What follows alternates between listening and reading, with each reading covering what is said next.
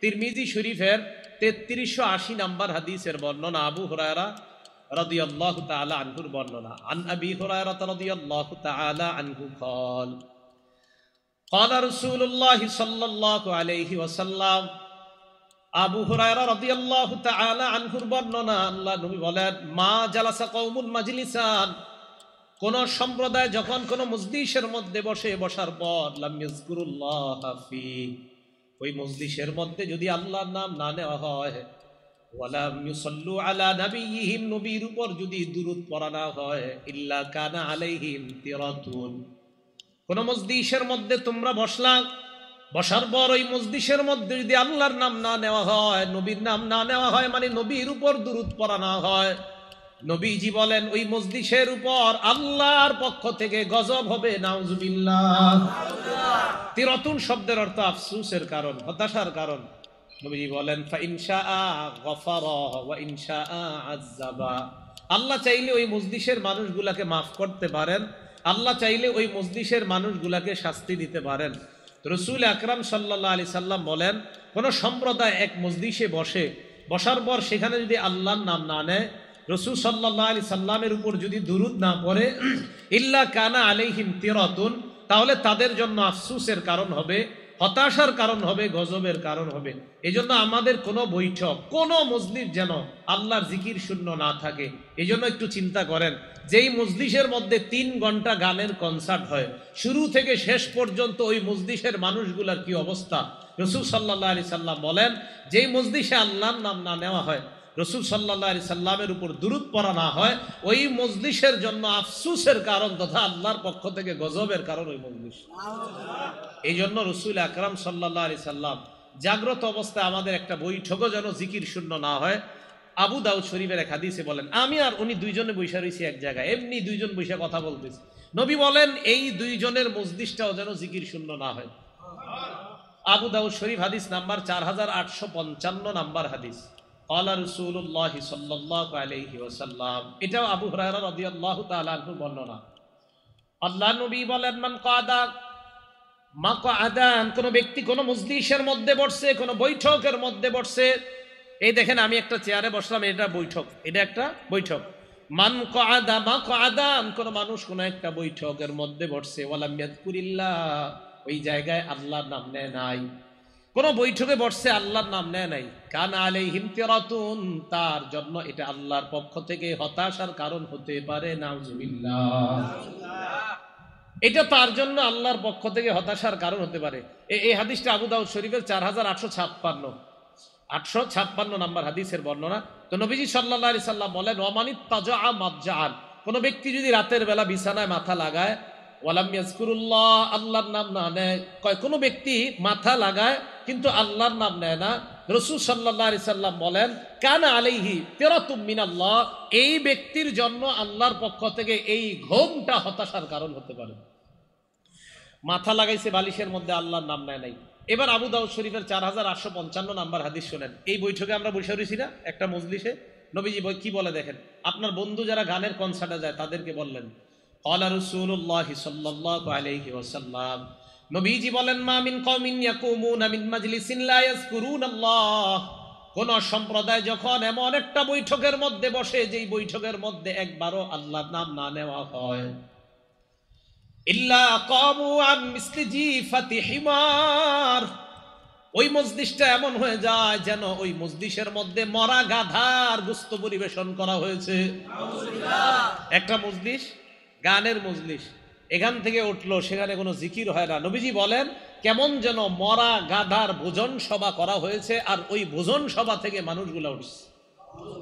যে মজলিসে আল্লাহর নাম না নেওয়া হয়, আল্লাহ আমাদের সকলকে, আমাদের প্রত্যেকটা বৈঠক, আমাদের প্রত্যেকটা মজলিস যেন জিকির শূন্য না থাকে, জাগ্রত অবস্থায় প্রত্যেকটা মুহূর্ত যেন আল্লাহ স্মরণে কাটাইতে পারে, আল্লাহ তৌফিক দান করেন। এবার দেখেন রাসূল সাল্লাল্লাহু আলাইহি সাল্লাম আবু দাউদ শরীফের 4856 নম্বর হাদিসে বলছিলেন, যেই ব্যক্তি বিছানায় মাথা লাগায়, বালিশে মাথা লাগায়, মানিত তাজআ মাতজাআন, বিছানায় মাথা লাগায় ঘুমানোর জন্য আল্লাহর নাম না নেয়, তার জন্য এটা আফসোসের কারণ হতে পারে। এই জন্য আমাদের ঘুমানোটা, নিদ্রা অবস্থাটা যেন সুন্নাহ মোতাবেক হয়। সহিহ বুখারী হাদিস নাম্বার 6320 নাম্বার হাদিসের বর্ণনা। এই হাদিসের মধ্যে আছে, এটা আবু হুরায়রা রাদিয়াল্লাহু তাআলা আনহুর বর্ণনা।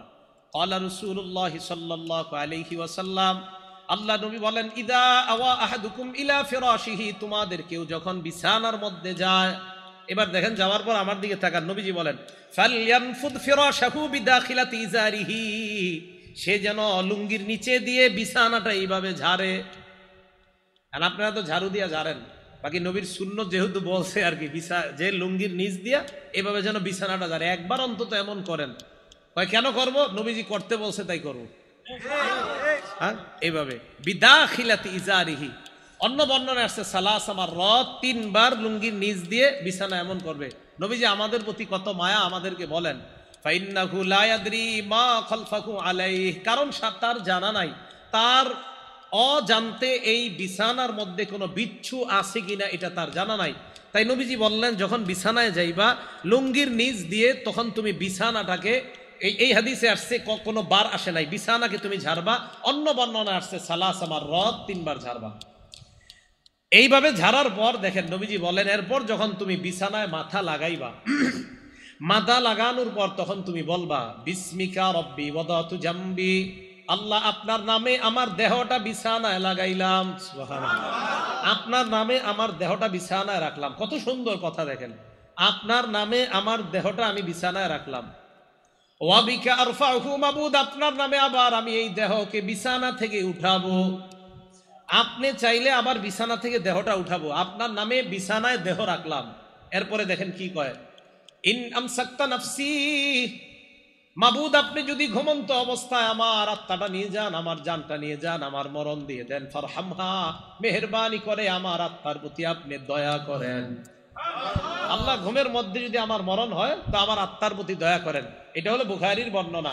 মুসলিম শরীফের বর্ণনা আসছে, ফাগফির লাহা, আল্লাহ ঘুমন্ত অবস্থায় যদি আমার আত্মাটা আপনি নিয়ে যান তো আমার আত্মাটাকে আপনি মাফ করে দিন। বাংলাটা মনে থাকবে নি? লাগবে না, বাংলাটা মনে থাকবে নি। আল্লাহ আপনার নামে আমি আমার শরীরটাকে বিছানায় রাখলাম। আমি সুন্দরভাবে বলতেছি আরবিটা, বিসমিকা রব্বি ওয়াদাতু জামবি, আল্লাহ আপনার নামে আমি আমার দেহকে বিছানায় লাগাইলাম। ওয়াবিকা আরফাউহু, আপনার নামে আবার দেহকে বিছানা থেকে উঠাবো। ইন আমসাকতা নাফসি ফারহামহা, আল্লাহ আপনি যদি এই ঘুমন্ত অবস্থায় আমার জানটা নিয়ে যান তাহলে এটার প্রতি আপনি দয়া করেন। আর মুসলিম শরীফে আসছে, ফাগফির লাহা, আল্লাহ আপনি এই আত্মাটাকে মাফ করে দিন। বাংলা কইতে পারবেন না এগুলা? বাংলায় বলবেন যদি আরবিটা না পারেন। এরপরে দেখেন কি কয়, ওয়াইন আরসালতাহা মাবুদ আপনি যদি আমার আত্মাটা আবার ফিরায়া দেন, ফাহফাজহা বিমা তাহফাজু বিহি ইবাদাকাস সালিহিন, তাহলে আমার আত্মাটাকে আপনি হেফাজত কইরেন যেইভাবে আপনার নেককার বান্দাদেরকে আপনি হেফাজত করেন। তার মানে আপনি ঘুমের মধ্যে যাইলেন ঘুমন্ত অবস্থায়, ঘুমের আগে আপনি আল্লাহর কাছে বললেন, আল্লাহ আপনার নামে আমি আমার দেহটা বিছানায় রাখলাম, আপনার নামে আবার আমি দেহটা উঠাবো। মাবুদ আপনি যদি আমার আত্মাটা নিয়ে যান, আত্মার প্রতি আপনি দয়া করেন। আর যদি আমার আত্মাটা আবার ফেরত দেন, আপনার নেককার বান্দাদেরকে যেইভাবে আপনি পরিচালনা করেন আমাকে ওইভাবে আপনি পরিচালনা করবেন। তাদেরকে যেইভাবে হেফাজত করেন আমার আত্মাটা এইভাবে হেফাজত করেন। এবার আসেন আগের কথা, মুসলিম শরীফেরও একটা হাদিস, 2878 নম্বর হাদিস শোনাইলাম, যে হাদিসে নবী বলছেন, ইউবাসু কুল্লু আবদিন আলা মামাত, প্রত্যেক বান্দাকে ওই অবস্থায় উঠানো হবে যে অবস্থায় সে মারা যাবে। আপনি এই দোয়াগুলা কইরা বিছানায় মাথা রাইখা নবীর সুন্নাহ মোতাবেক ঘুমাইলেন, ইনশাআল্লাহ কিয়ামতের ময়দানে যদি আপনি অবস্থায় মারা যান তো আল্লাহ আপনাকে কিয়ামতের মাঠে রাসূলের সুন্নাহ জিন্দা করা অবস্থায় উঠাবেন। বিপরীতে যদি হেডফোন লাগায় গান শুনতে শুনতে ঘুমান, আল্লাহ আমাদেরকে হেফাজত করেন, আল্লাহ আমাদেরকে হেফাজত করেন। মুসলিম শরীফের 2714 নম্বর হাদিসের বর্ণনা। এই হাদিসের মধ্যে আসছে, ক্বালা রাসূলুল্লাহ সাল্লাল্লাহু আলাইহি ওয়াসাল্লাম, আল্লাহ নবী বলেন, যখন তোমরা বিছানায় যাওয়ার পর ফালইউসাম্মিল্লাহ, আল্লাহর নাম নিবা। তাহলে বিসমিল্লাহ বলে গেলেন। যাওয়ার পর ওয়াইযা আরাদা আইয়াত্তাজিআ, যদি তুমি ঘুমাইতে চাও, ফাল্যাত্তাজি আলা শিক্কিহিল আইমান, তাহলে তুমি ডান কাত হয়ে তুমি শুইবা। শুইতে চাইলে ডান কাত হয়ে শুইবা। এবার আপনি ডান কাত হলেন, এটা একটা। আরেকটা হলো মাথার নিচে হাত রেখে আপনি আল্লাহরে বলবেন, আল্লাহ আপনি কিয়ামতের ময়দানে আমাকে আপনার আযাব থেকে রক্ষা করেন। আল্লাহ যেদিন মানুষকে উঠাবেন সেদিন আপনি আপনার আযাব থেকে আমাকে রক্ষা করেন, এটা একটা।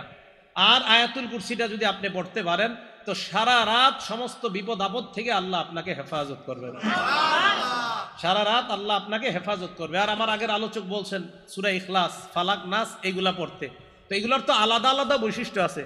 রসুল আকরাম সাল্লাল্লাহু আলাইহি সাল্লাম এক হাদিসের মধ্যে বলেন, সহিহ বুখারীর 515 নম্বর হাদিস, এই হাদিসের মধ্যে আসছে قال رسول الله صلى الله عليه وسلم أيعجز أحدكم أن يقرأ ثلث القرآن, তোমাদের কেউ কি কোরআনের 3 ভাগের 1 ভাগ পড়তে অক্ষম? ফি লাইলা, এক রাতে তোমাদের কেউ কি কোরআনের 3 ভাগের 1 ভাগ পড়তে অক্ষম?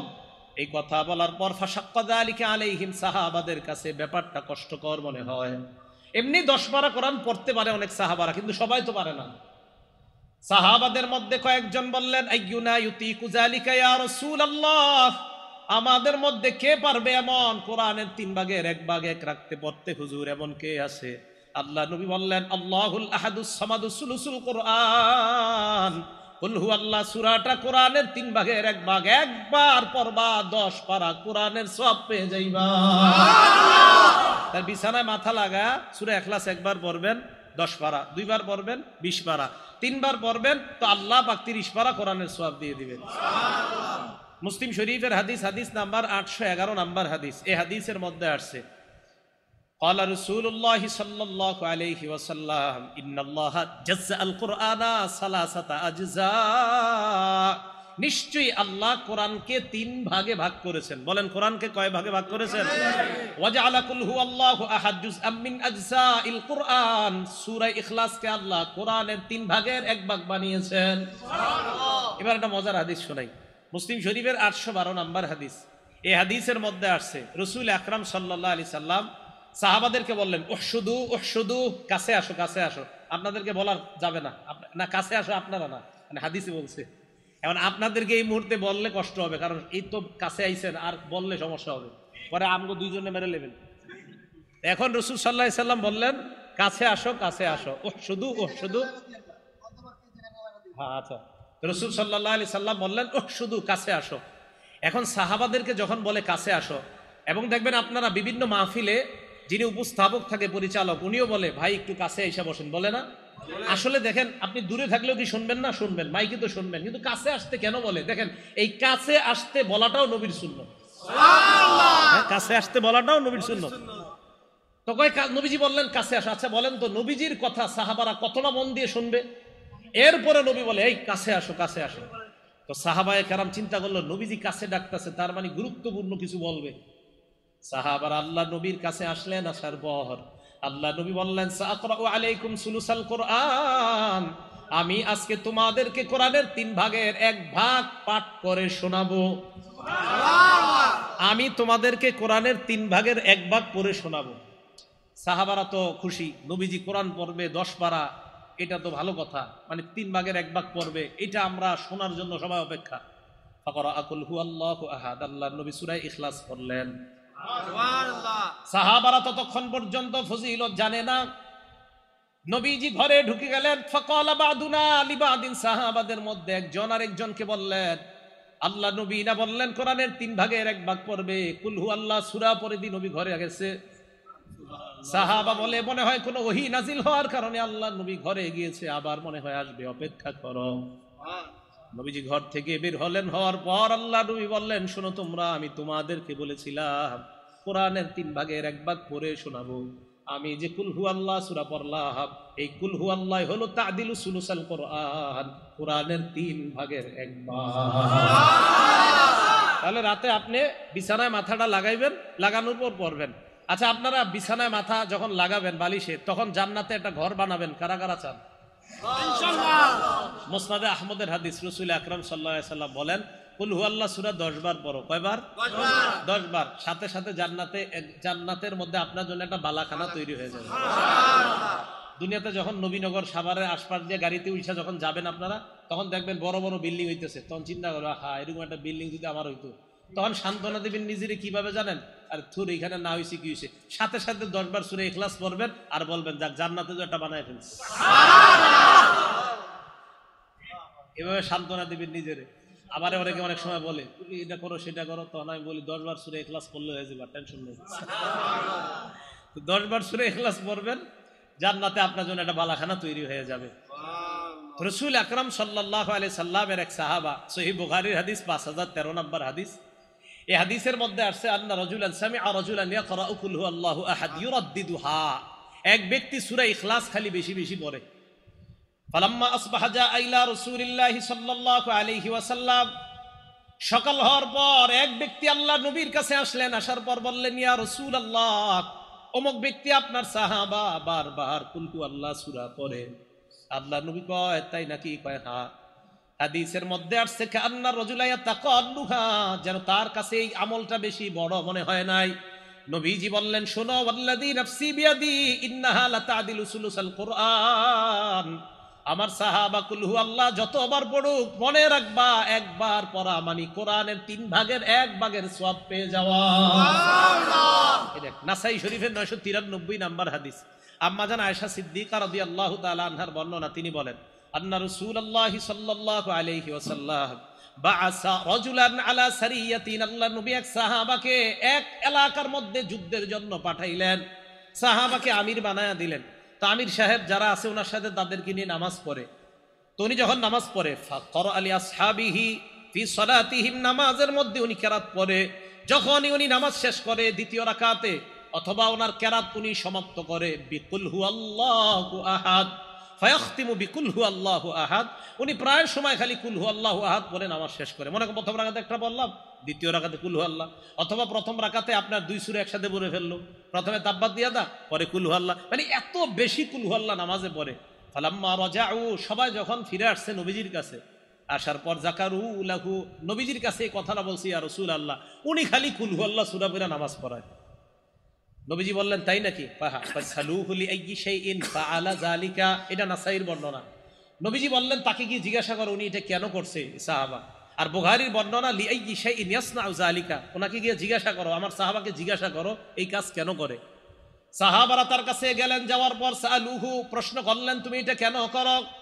উনি জবাব দিলেন, লিআন্নাহা সিফাতুর রহমান, কুল হুয়াল্লাহ সূরার মধ্যে আমার রবের গুণাবলী আছে, তাই আমি পছন্দ করি এটা খুব বেশি।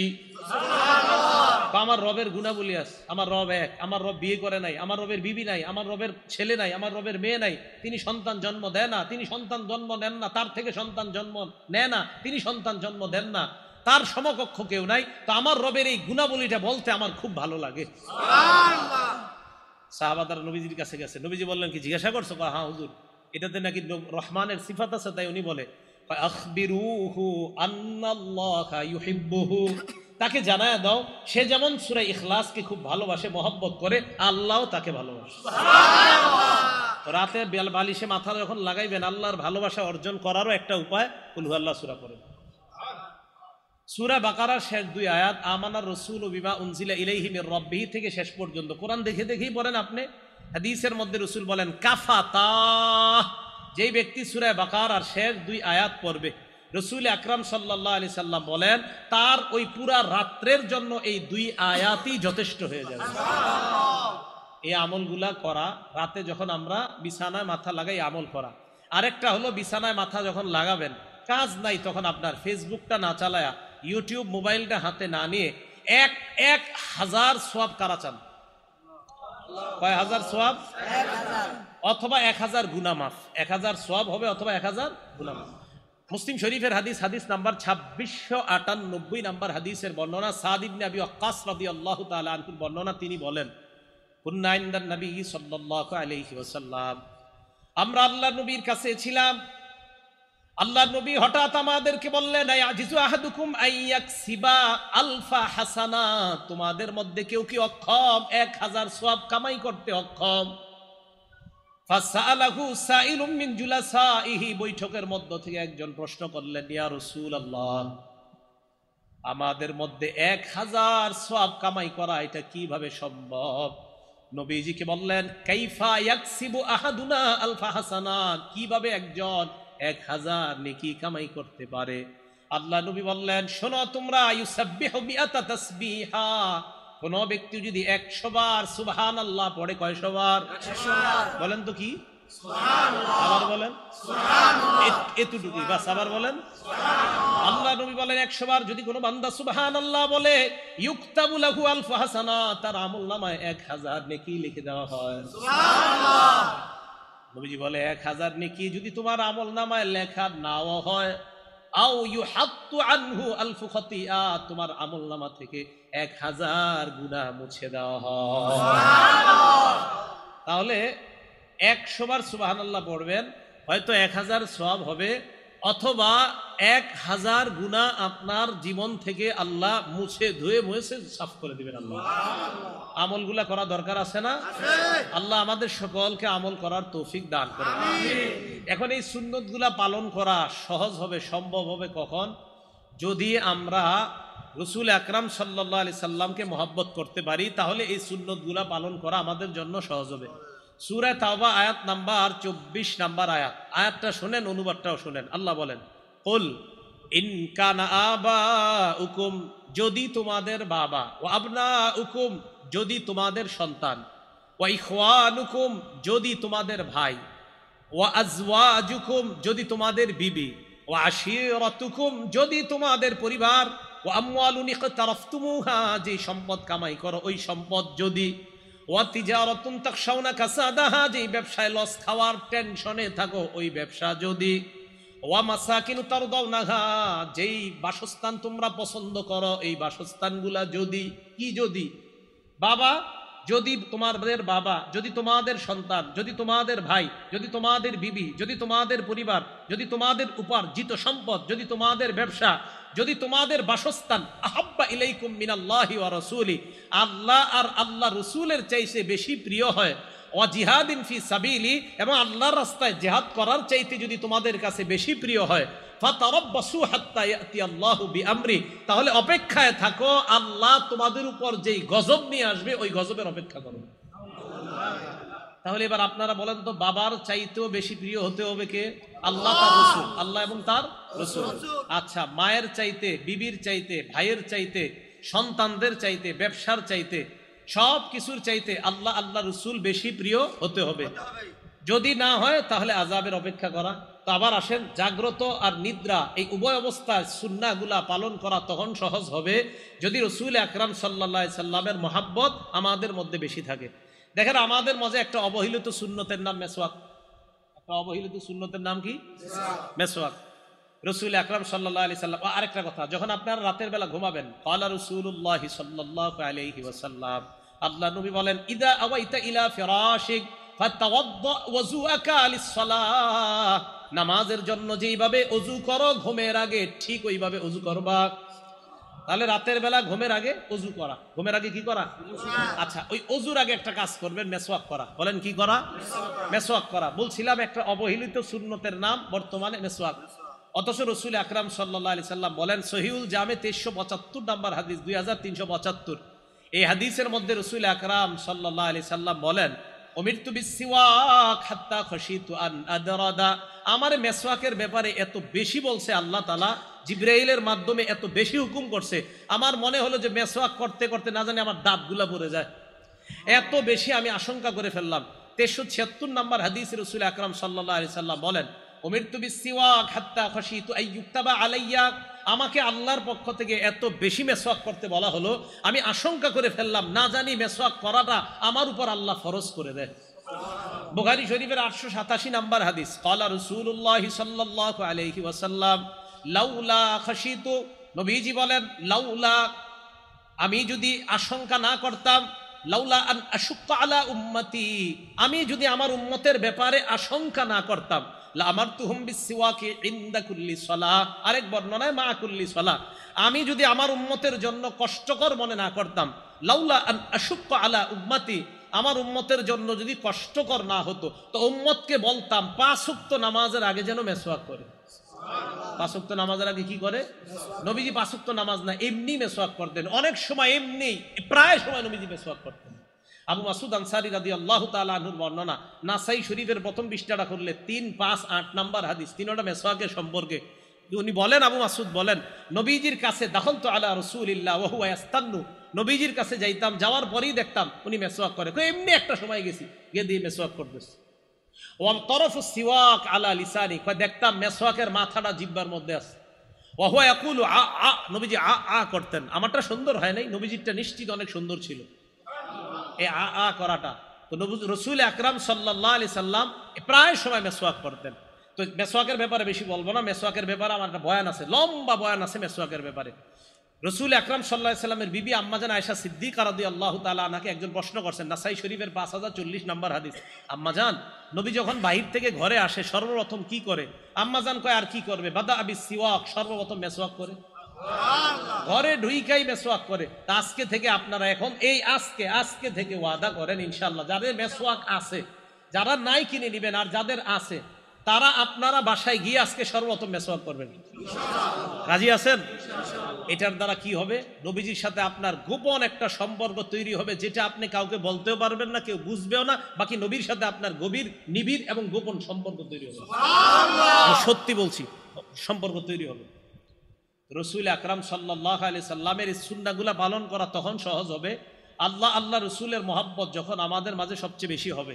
মুসলিম শরীফের 43 নম্বর হাদিস, এই হাদিসের মধ্যে আসছে, ক্বালা রাসূলুল্লাহ সাল্লাল্লাহু আলাইহি ওয়াসাল্লাম, আল্লাহ নবী বলেন, সালাসুন মান কুন্না ফীহি ওয়াজাদা বিহিন্না হালাওয়াতাল ঈমান।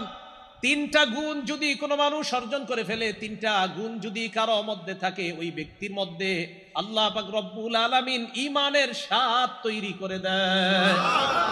তিন গুণ যদি কেউ অর্জন করে, কারো মধ্যে তিনটা গুণ থাকে, ওয়াজাদা, এই ব্যক্তি পাবে, বিহিন্না, এই তিন গুণের মাধ্যমে হালাওয়াতাল ঈমান, ঈমানের স্বাদ উপভোগ করতে পারবে। এক নাম্বার, মান কানাল্লাহু ওয়া রাসূলুহু আহাব্বা ইলাইহি মিম্মা সিওয়াহুমা। এক নাম্বার, আল্লাহ রসুল ওই ব্যক্তির কাছে দুনিয়ার সবচাইতে বেশি ভালোবাসার পাত্র হতে হবে, তাহলে ওই ব্যক্তি ঈমানের স্বাদ পাবে। দুই নাম্বার, ওয়া আইয়ুহিব্বাল মারআ লা ইউহিব্বুহু ইল্লা লিল্লাহ। কোন মুসলমান অন্য কোন মুসলমানকে ভালোবাসা একমাত্র আল্লাহর জন্য ভালোবাসা। তিন নাম্বার, রসুল বলেন, ওয়া আইয়াকরাহা আইয়াউদা ফিল কুফরি বাদা আন আনকাদাহুল্লাহু মিনহু কামা ইয়াকরাহু আইয়ুকযাফা ফিন্নার। আমরা আগুনের মধ্যে পড়া যেমন অপছন্দ করি, ওই ব্যক্তিকে আল্লাহ কুফরি থেকে ফিরিয়ে আনার পর ওই ব্যক্তি কুফরিতে যাওয়াটাও তেমন অপছন্দ করে, যেমন ভাবে ওই ব্যক্তি আগুনে যাওয়াটা যেমন অপছন্দ করে, কুফরিতে যাওয়াও যদি তার কাছে তেমন অপছন্দ হয়, তাহলে তার অন্তরের মধ্যে আল্লাহ ঈমানের স্বাদ তৈরি করে। তাহলে তিনটা, এক নাম্বার, মান কানাল্লাহু ওয়া রাসূলুহু আহাব্বা ইলাই, আল্লাহ রসুল সবচাইতে বেশি মহব্বতের পাত্র হতে হবে। বুখারী শরীফের 15 নম্বর হাদিস, আনাস ইবনে মালিক রাদিয়াল্লাহু তাআলা আনহুর বর্ণনা, ক্বালা রাসূলুল্লাহ সাল্লাল্লাহু আলাইহি ওয়াসাল্লাম, আল্লাহ নবী বলেন, লা ইউমিনু আহাদুকুম হাত্তা আকুনা আহাব্বা ইলাইহি মিন ওয়ালিদিহি ওয়া ওয়ালাদিহি ওয়ান নাসি আজমাইন। তোমাদের মধ্যে ততক্ষণ কেউ পরিপূর্ণ ঈমানদার হতে পারবে না যতক্ষণ না পর্যন্ত আমি নবী মুহাম্মদ তোমাদের কাছে বাবার চাইতে, তোমার সন্তানের চাইতে, দুনিয়ার সমস্ত মানুষের চাইতে বেশি প্রিয় না হব, সব চাইতে বেশি মহাব্বতের পাত্র যদি আমি না হই, তোমরা পরিপূর্ণ ঈমানদার হতে পারবা না। আরেকটা বিষয় দেখেন, আপনার মন অনেক কিছুই চায়। রাত্রে ঘুমানোর সময় আপনার মন চাইবে, আরে থুর আজকে মেসওয়াক না করলে কি হবে। রাত্রে শোয়ার সময় শয়তান বলবে, আজকে একটু অজু না করলে কি হবে। রাত্রে শোয়ার সময় শয়তান বলবে, নবীর শিখানো দোয়াটা আজকে না পড়লে সমস্যা কি। এই কথাগুলো শয়তান আপনাকে দিবে। আল আরবাউন আন-নবুবিয়্যা কিতাবের নাম, হাদিস নাম্বার 41 নম্বর হাদিস, নবীজি বলেন, ক্বালা রাসূলুল্লাহ সাল্লাল্লাহু আলাইহি ওয়াসাল্লাম, লা ইউমিনু আহাদুকুম হাত্তা ইয়াকুনা হাওয়াহু তাবআন লিমা জিতু বিহি। আমি নবী যা নিয়ে এসেছি, এই নিয়ে আসাটাকে যদি তোমাদের অন্তর, তোমাদের দিল, তোমাদের নফস, তোমাদের চাহিদা, তোমাদের অন্তর যদি আমি যা নিয়ে এসেছি এটাকে যদি অনুসরণ করতে না পারো, আমি বলছি এইভাবে ঘুমানো, এটা যদি তোমার দিল না চায়, আমি বলছি অজু করা, এটা যদি তোমার দিল না চায়, আমি বলছি এইভাবে মাথার নিচে হাতটা রেখে এই দোয়া পড়া, এটা যদি তোমার মন না চায়, আমি বলছি এইভাবে তুমি ডান কাত হয়ে ঘুমানো, এটা যদি তোমার দিল না চায়, লা ইউমিনু, তুমি পরিপূর্ণ ঈমানদার হতে পারো নাই। রাসূল বলেন, তোমার দিল চাইবে আমার বিরুদ্ধে কাজ করা, ওই দিলের বিরোধিতা করে তুমি যখন আমি রাসূলের সুন্নাহ আদর্শকে গ্রহণ করবা, তখন পরিপূর্ণ ঈমানদার হতে পারবে। সুবহানাল্লাহ। লা ইউমিনু আহাদুকুম হাত্তা ইয়াকুনা হাওয়াহু তাবআ। আমাদের কুপ্রবৃত্তি, আমাদের চাহিদাগুলা গুনাহ করতে চায়। নবীজি বলে, আমি যা নিয়ে আসছি এই নফসকে এটার অনুসারী বানাও। আমি যা নিয়ে আসছি নফসকে এই আমার আনিত বিধানের, আমি আল্লাহ আল্লাহ রসুলের পক্ষ থেকে মানে আল্লাহ আর আমার পক্ষ থেকে যে বিধান দিলাম এই বিধানের অনুসারী তোমার নফসকে বানাও, তাহলে তুমি পরিপূর্ণ ইমানদার হবে। এবার দেখবেন সত্যি সত্যি ঘুমানোর সময় আমরা যাতে সুন্নাহ বহির্ভূত ঘুমাই, শয়তান কতভাবে ধোকা দেয়। যে একদিন যদি এরকম তুই এভাবে মেসওয়াক এক উক্ত নামাজে না করলে কি হয়, পকেটে মেসওয়াক আছে আপনার, এরপরে আরে না করলে কি হয়। হ্যাঁ, একটা হলো জামাত দাঁড়ায় গেছে ঠিকই আপনি, কিন্তু আপনি জামাত ইচ্ছাকৃতভাবে যদি না ধরতে পারেন তো বুঝবেন শয়তান কোনো কাজে ব্যস্ত রাখছে আপনাকে, এই জন্য আসতে পারেন নাই, আর আয়সা আজকে মেসওয়াকটা করতে পারেন নাই। এগুলা শয়তানের কুপ্রবৃত্তি, আমাদের শয়তান আমাদেরকে অন্যভাবে চালাইতে চায়। তো নবীজি বলে তোমার এই নফসকে আমার আনিত যে বিষয়গুলা এগুলার অনুসারী যতক্ষণ না বানাতে পারবা ততক্ষণ পরিপূর্ণ ইমানদার হতে পারবা না। আল্লাহ পরিপূর্ণ ইমানদার হওয়ার তৌফিক দান করেন। আনাস রাদিয়াল্লাহু তাআলা আনহুর আরেকটা বর্ণনা, মুসলিম শরীফের 2639 নম্বর হাদিসের বর্ণনা। আনাস ইবনে মালিক রাদিয়াল্লাহু তাআলা আনহু বলেন, বাইনা আনা ওয়া রাসূলুল্লাহ খারিজাইনি মিনাল মসজিদ, আমি এবং আল্লাহ রাসূল মসজিদে নববী থেকে বের হইতেছিলাম। লাকিনা রাজুলান ইনদা সুদ্দাতিল বাব, দরজায় এক ব্যক্তির সাথে আমার আর রাসূলের সাক্ষাৎ। ওই ব্যক্তি আল্লাহ রাসূলকে বললেন, ইয়া রাসূলুল্লাহ মাতাস সাআহ, হুজুর কিয়ামত কবে হবে? নবীজি জবাব দিলেন, মা আদাত্তালাহা, কিয়ামতের প্রস্তুতি নিছনি? ওই ব্যক্তি জবাব দিলেন, হুব্বুল্লাহ ওয়া রাসূলিহি, আল্লাহ আল্লাহ নবীর মোহাব্বত, এটাই হলো আমার প্রস্তুতি। আমি আল্লাহকে ভালোবাসি, আল্লাহ রাসূলকে ভালোবাসি, এটাই আমার প্রস্তুতি। নবীজি বললেন, ফাইন্নাকা মা মান আহবাবতা, তুমি যাকে মোহাব্বত করো কিয়ামতের ময়দানে তার সাথেই তুমি থাকবা। আনাস বলেন, ফামা ফারিহনা বাদাল ইসলাম আশাদ্দা ফারহান বাদা কাউলিন নবী সাল্লাল্লাহু আলাইহি ওয়াসাল্লাম আনতা মামান আহবাবতা। আল্লাহ নবী যখন বললেন তুমি যাকে মোহাব্বত করো কিয়ামতের ময়দানে তার সাথে থাকবা, হযরতে আনাস বলেন, নবীর এই কথা বলার পর, ইসলাম গ্রহণ করার পর এত খুশি আমরা আর কখনো হই নাই। আনাস বলেন, নবীর এই কথা এত খুশি হইছি কেন? আনাস বলেন, ফা আনা উহিব্বুল্লাহ, আমি আল্লাহরে ভালোবাসি, ওয়া রাসূলা, আল্লাহ রাসূলকে ভালোবাসি, ওয়া আবা বকরিন, আবু বকরকে ভালোবাসি, ওয়া উমর, উমরকে ভালোবাসি, ওয়া আরজু আন আকুনা মাহুম, আমার আশা আমি তাদের সাথেই হাসরে থাকবো, তাদের সাথেই জান্নাতের আশেপাশে থাকবো। সুবহানাল্লাহ। আনাস বলেন, ওয়া ইনলাম আমাল বিআমালিহিম, কয় যদিও আমি তাদের মতো আমল করতে পারি নাই, তবে আমার আশা হাসরে আমি তাদের আশেপাশেই থাকবো। এই হাদিস দ্বারা কি বোঝা যায় বলেন তো? আমরা যাদেরকে মহব্বত করব তাদের মতো যদিও এত বেশি আমল করতে পারবো না, আসলে সম্ভব না, সাহাবাদের মতো তো আপনি আমল জীবনে করতে পারবো না, কিন্তু মহব্বত করবো, যে না নবীর সাহাবাদেরকে মহব্বত করি, রসুলকে মহব্বত করি, আশা করা যায় নবী সাহাবাদের ওলামাদের আশেপাশে আমরা থাকবো ইনশাআল্লাহ। এবার বিপরীত দিকে দেখেন তো, আপনি মহব্বত যদি অন্য কাউরে করেন। আরেকটা হাদিস শোনেন তাহলে, মুসলিম শরীফের 2640 নাম্বার হাদিস, আগেরটা বললাম 2639, এটা হলো 2640। এই হাদিসের বর্ণনাকারী আব্দুল্লাহ ইবনে মাসউদ রাদিয়াল্লাহু তাআলা, আব্দুল্লাহ ইবনে মাসউদ রাদিয়াল্লাহু তাআলা আনহু বলেন, জাআ রাজুলুন ইলা নবী সাল্লাল্লাহু আলাইহি ওয়াসাল্লাম, এক ব্যক্তি আল্লাহ নবীর কাছে আসলেন। আসার পর আল্লাহ নবীকে বললেন, ইয়া রাসূলুল্লাহ কাইফা তারা ফি রাজুলিন আহাব্বা কওমান ওয়া লাম্মা ইয়ালহাক বিহিম, হুজুর ওই ব্যক্তির ব্যাপারে আপনি কি বলেন যেই ব্যক্তি কোনো সম্প্রদায়কে ভালোবাসে। আপনাদের এলাকার কোনো মানুষ আলেমদেরকে মহব্বত করেন, কিন্তু আলেমদের মতো এত পরিমাণ আমল করতে পারেন না, আসলেই পারবেন না, সারাক্ষণ তারা হয়তো কল আল্লাহ না হয় কলা রসুলুল্লাহ নিয়ে আসে, তো সারাক্ষণ সওয়াবের মধ্যে থাকে। বিশেষ করে হেফজখানা মুক্তবে যারা আছে তারা তো 24 ঘন্টা আমল জারি আছে তাদের। এখন আপনাদের এলাকার কেউ আলেমদেরকে মহব্বত করেন কিন্তু তাদের মতো আমল করতে পারেন না। এক ব্যক্তিকে নবীজিকে বললেন, হুজুর ওই ব্যক্তির ব্যাপারে আপনি কি বলেন যে ব্যক্তি কোনো সম্প্রদায়কে মহব্বত করে কিন্তু তাদের মতো আমল করতে পারে না, তার ব্যাপারে আপনি কি বলেন? নবীজি বললেন, আলমার উমান আহাব্বা, মানুষ তাদের সাথেই কিয়ামতের মাঠে থাকবে যাদেরকে সে মহব্বত করে।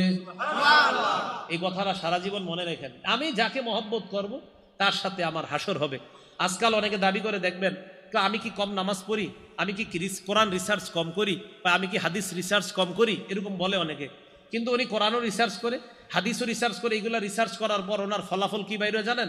উনি এইগুলা রিসার্চ করার পর ফলাফল বের হয় যে এতদিন বাংলাদেশের হুজুররা যা বলছে ইসলাম সব এরা ভুল বুঝাইছে আপনাদেরকে, তখন একটা বইয়ের নাম দিয়ে দিবে প্রকৃত ইসলাম ও নকল ইসলাম। কি নাম দিবে? ওলামায়ে কেরাম যে আদর্শ আপনাদেরকে শিখাইতেছে কোরআন সুন্নাহ, এটার নাম দিবে নকল, আর ওনারটার নাম দিবে প্রকৃত, তখন উনি আপনাকে বলবে ওই হাদিসগুলা মানা যাবে না, কারণ এই হাদিসগুলার সাথে কোরআনের ওই আয়াতের সাংঘর্ষিক, ওই হাদিসগুলা মানা যাবে না, এটার সাথে কোরআনের ওই আয়াতটা মিলতেছে না, আপনাকে এরকম বুঝাবে। তো মনে রাখবেন, আপনি যদি ওই ব্যক্তিকে মহব্বত করেন, যেই ব্যক্তি আপনারে বুঝাইতে বুঝাইতে এক পর্যায়ে মসজিদ থেকে বের করে ফেলে, তো কিয়ামতের মাঠে আপনি তার সাথেই থাকবেন। এই জন্য ভয়ঙ্কর অবস্থার মধ্যে আমরা আছি, এটা কিন্তু মাথায় রেখেন। রসুল আকরাম সাল্লাল্লাহু আলাইহি সাল্লাম বলে, আমার উম্মত শেষ জামানায় তোমরা একজন আমল করবা, 50 জনের সওয়াব তোমার আমলনামায় লেখা হবে। সাহাবারা নবীজির প্রশ্ন করলেন, হুজুর কোন 50 জন, আমাদের 50 জন না ওই জামানার 50 জন? নবীজি বললেন, বাল মিনকুম 50, বরং তোমাদের 50 জনের সওয়াব আমার শেষ উম্মতের এক ব্যক্তিকে দেওয়া হবে। এই জন্য এই যুগে একবার ওইটাতে যাওয়া, একবার ওইটাতে, মানে চারোদিকে আপনি খালি দৌড়ান, না মনে হয় ওখানে ঠিক, ওখানে ঠিক। এত দৌড়াদৌড়ি বাদ দিয়ে মসজিদ মাদ্রাসা ধরেন, ইনশাল্লাহ ঠিক থাকবেন। অত দৌড়াদৌড়ি বাদ দেন, খালি চারোদিকে খোঁজে কোথায় যাবে কোথায় যাবে, এক পেরেশানির মধ্যে জায়গাটা হঠাৎ কয়, হুজুর এতদিনে প্রকৃতি ইসলাম বুঝছি, এতদিন বুঝিনি। এই কথাগুলা যখন আপনাদেরকে কেউ বুঝাবে, ওই লোকটাকে পাল্টা বলবেন, চলেন আমাদের মাদ্রাসার মোতামিম সাহেবের কাছে আপনাকে নিয়ে যাই, তখন বলবে আমার কাজ আছে, অন্যদিন আসবে। যখন কোনো মানুষ আপনাকে নতুন ভাবে ইসলাম আবার বুঝাইতে চায়, এতদিন আপনি একভাবে নামাজ পড়তেন, এতদিন আপনি একভাবে সিজদা করতেন, মানে একদম মুসলমান, আপনার আব্বা আম্মা ভাই বোন সবাই মাশাআল্লাহ সহি পদ্ধতিতে এতদিন একটা নামাজ পড়তেন, হঠাৎ কেউ এসে আপনার যদি নতুন ভাবে দাওয়াত দিতে চায়, বলবেন ভাই আমার তো কোরআন হাদিসের এত জ্ঞান নাই, চলেন অমুক দাওরা হাদিস মাদ্রাসার যিনি বুখারী শরীফ পড়ায় ওনার কাছে আপনাকে নিয়ে যাই, তো ওনার সামনে বসে আমাকে আপনি বুঝান। বুঝানোর পর যদি আমার মনে হয় না আপনি যে নতুন করে বুঝাইতেছেন আমার আগের গুলা ভুল আর আপনার বুঝানো সঠিক, তাহলে আমি আপনারটা মেনে নিব। তখন উনি দুইটা অপশন বলবে আপনাকে, এক বলবে এরা কি বুঝে, দ্বিতীয় বলবে আমার সময় নাই। যখন এই কথা বলবে তখনই বুঝবেন এর মধ্যে সমস্যা আছে। আরে ভাই আমি কিন্তু বলছি না ওনার জ্ঞান নাই, তো উনি সমস্যা কোথায়, শাইখুল হাদিস সাহেবের সাথে একটু বসতে, ওনার সমস্যাটা কোথায়? এই জন্য আপনাদেরকে চারোদিক থেকে বিভিন্ন ভাবে বোঝানো হবে। রসুল আকরাম সাল্লাল্লাহু আলাইহি সাল্লামের মহব্বত রাখেন, নবীজি সাল্লাল্লাহু আলাইহি সাল্লামের মহব্বত অন্তরে লালন করেন। একটা কথা মনে রাখবেন, 28 পারা 2 নম্বর পৃষ্ঠা সূরা মুজাদালার 11 নম্বর আয়াতে আল্লাহ বলেন, ইয়ারফাইল্লাহুল্লাযীনা আমানু মিনকুম, তোমরা যারা ঈমানদার, এই তোমাদের ঈমানদারদের মর্যাদা আল্লাহ বাড়ায়। আবার বলেন কাদের মর্যাদা আল্লাহ বাড়ায়? আবার বলেন কাদের মর্যাদা? এখানে আমরা ইনশাআল্লাহ সবাই ঈমানদার না? আলেম আসেনি এখানে? এবার কি করে দেখেন, আল্লাযীনা উতুল ইলমা দারাজাত, আর তোমরা ঈমানদারদের মধ্যে আবার আলেম যারা, তাদেরকে আবার আল্লাহ স্পেশাল মর্যাদা দেন। আপনি কাদের সমালোচনা করছেন? এই জন্য আপনি কাকে মহব্বত করেন, যাকে মহব্বত করবেন তার সাথে আপনার হাসর। রাসূল সাল্লাল্লাহু আলাইহি সাল্লামকে উনি প্রশ্ন করলেন, ইয়া রাসূলুল্লাহ, আমি এমন ওই ব্যক্তির ব্যাপারে আপনি কি বলেন যেই ব্যক্তি কোনো সম্প্রদায়কে মহব্বত করে কিন্তু তাদের মতো আমল করতে পারে নাই? নবীজি বলেন, আল মারউ মা'a মান আহাব্বা, যেই ব্যক্তি যাকে মহব্বত করে সে তার সাথেই থাকবে। তো আমরা যেন সাহাবায়ে কেরাম, উলামায়ে কেরাম, রাসূল আকরাম সাল্লাল্লাহু আলাইহি সাল্লামের মহব্বত অন্তরে ধারণ করতে পারে, আল্লাহ তৌফিক দান করেন। সাহাবাদের সমালোচনা যদি কেউ করে, আলেমদের সমালোচনা যদি কেউ করে, তাবিদের সমালোচনা কেউ করে, ইমামদের সমালোচনা যদি কেউ করে, এই সমালোচনায় কখনো কান দিবেন না। ইমাম আবু হানিফার সমালোচনা যদি কেউ করে, ইমাম বুখারীর সমালোচনা যদি কেউ করে, ইমাম শাফি রহমতুল্লাহ আলাইহির সমালোচনা যদি কেউ করে, ইমাম মুসলিম রহমতুল্লাহ আলাইহির সমালোচনা যদি কেউ করে, ইমাম মালিক রহমতুল্লাহ আলাইহির সমালোচনা যদি কেউ করে, ইমাম আবু দাউদের সমালোচনা যদি কেউ করে, ইমাম তিরমিজি, ইমাম নাসাই ওনাদের সমালোচনা যদি কেউ করে, ইমাম আহমদ ইবনে হাম্বল ওনাদের সমালোচনা যদি কেউ করে আপনার মুখের সামনে, তখন আপনি বলবেন, ভাই আমি তো জানি ওনারা শ্রদ্ধেয় ইমাম, ওনাদের ব্যাপারে কোনো কথা থাকলে আমাকে না বইলা পাশে একটা মাদ্রাসা আছে দাওরায়ে হাদিস, এখানে চলেন, এই মাদ্রাসায় আলেমদের সাথে একটু কথা বলেন, বলার পর ওনাদের সামনে বইলেন যে এই ইমাম এই ছিল, তখন আমি কথাগুলো শুনব। অন্যথায় কারো কথায় কান দিয়েন না।